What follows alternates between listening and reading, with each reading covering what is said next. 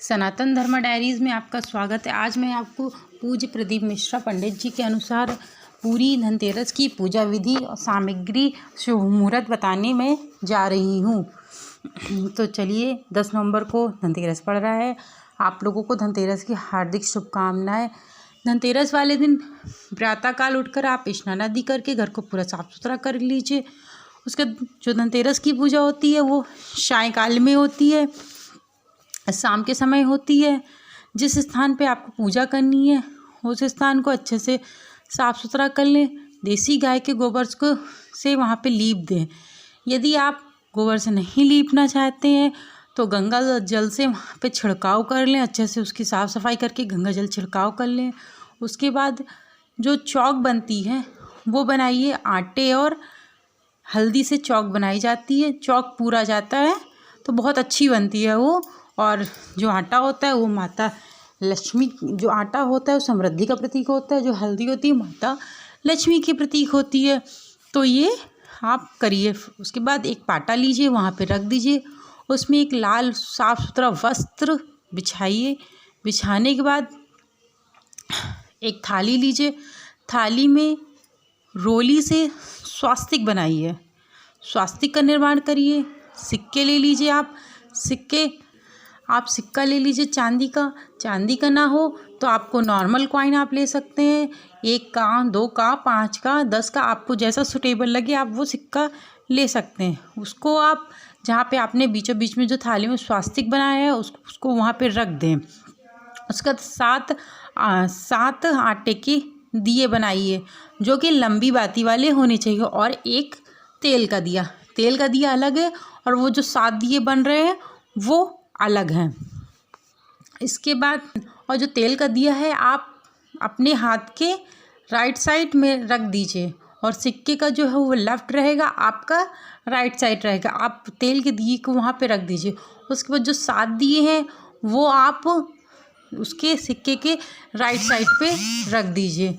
तो आप सिक्कों को दियों को रखने के बाद आप पूजा की थाली तैयार कर लीजिए जो आपने पहले से ही तैयार कर रखी है। उसमें 7 कमलगट्टे, 7 अमर बेले के टुकड़े, 7 हल्दी की गांठ, 7 घी के दीपक, कुमकुम, रोली, अबीर, गुलाल, चंदन, जल का पात्र, ये सब चीज़ें आप रख लीजिए। उसके बाद जो चांदी के जो सिक्के हैं या जो आपने नॉर्मल कॉइन लिया हुआ है उसको उसमें जल से छिड़काव करें।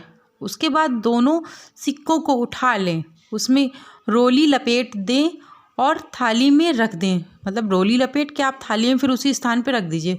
उसके फिर पूजन करें। चावल जो हैं आपके पास उनको हल्दी से आप पीले कर लें।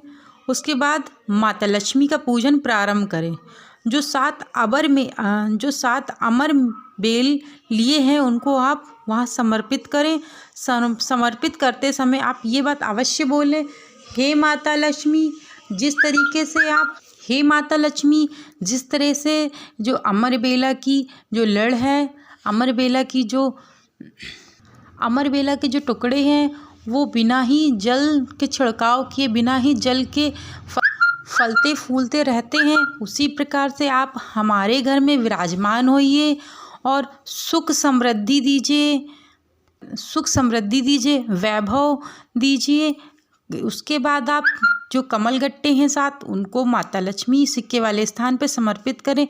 जो 7 ही हल्दी की गांठें उनको समर्पित करें। हाथ में आप पिसी हल्दी ले लीजिए। हाथ में पिसी हल्दी लेकर माता लक्ष्मी को समर्पित करें। पूजा प्रारंभ रखें। इसके बाद आप पूजा प्रारंभ रखें।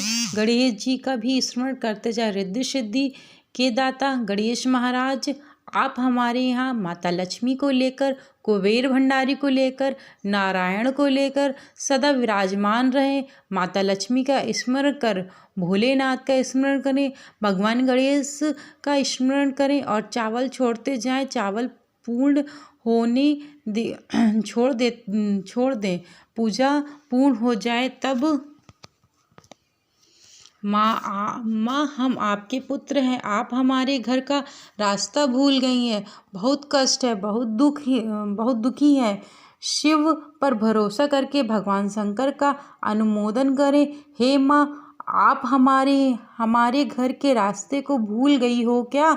वैभव लक्ष्मी, हे धन लक्ष्मी, हे संतान लक्ष्मी, धन्य लक्ष्मी, आप हमारे घर में विराजमान होइए।